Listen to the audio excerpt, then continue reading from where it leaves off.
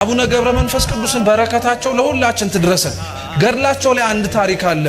አንድ በጣም ምግባረ ብልሹ የነበረ መነኩሴ ነበር። በጣም ምግባረ ብልሹ ቢሉት ቢሰሩት የማይለወጥ ማለት ነው።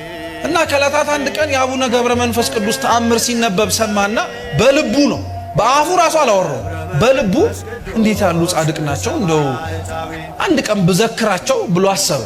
መንገድ ላይ ሲሄድ ሽፍቶች አገኙትና ቀጥቅጠው ገደሉት እዛው። ነፍሱን መላእክተ ጽልመት ይዘውት ከእግዚአብሔር ፊት ፍርድን እንድትቀበል ሲሄዱ አቡነ ገብረ መንፈስ ቅዱስ መጡና ቆሙ። ምን ፈልገህ ነው ጻድቁ የመጣው ብሎ እግዚአብሔር ጠየቃቸው። እቺ ነፍሴ እኔ ናት። እንዴት ብለህ ስራዋን አይተኸዋል? ኃጢአቷን ተመልክተዋል? አለ። አዎ ኃጢአቷን አይቻለሁ፣ የምትመለከተውን ነገር በሙሉ አይቻለሁ።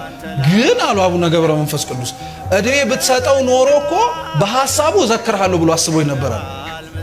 ስለዚህ በፍጹም አይሆንም ማለት ይሄ አይደንቃችሁ? እየሰማችሁ ነው?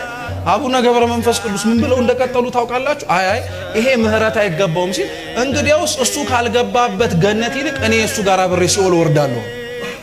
እኛ እንደዛ እናረጋለን። እኛ የገባንበት ቤተክርስቲያን ካልገቡ የወረዱበት ወርደን እናመጣለን እንላለን። አረ የገቡበት ይግቡ ነው የምንለው። እንዲያውም ጦሳችንን ምናምን ብለን የምንናገረው። ይሄንን ሲሰማ እግዚአብሔር በጣም ተደነቀ በጻድቁ። ፍርዴ ሊጓደል ስለማይችል ላደርግልህ የምችለው ቢያንስ እቺን ዝክር ስላሰበ ነፍሱን ከስጋው አብሬ ላገናኛት፣ ከዚህ በኋላ መልካም ስራውን ልመልከተው አላቸው። ነፍሱን ከስጋው አገናኝተው በጻድቁ ምልጃ ገነት እንዲገባ አድርገውታል። በረከታቸው ለሁላችን ትድረሰን። ቅዱሳን እርስ በርስ ይተሳሰባሉ። እኛ ልጆቻቸው ምን ሆነን ነው ታዲያ እንደተዘራብን እርስ በርስ የማንተሳሰበው?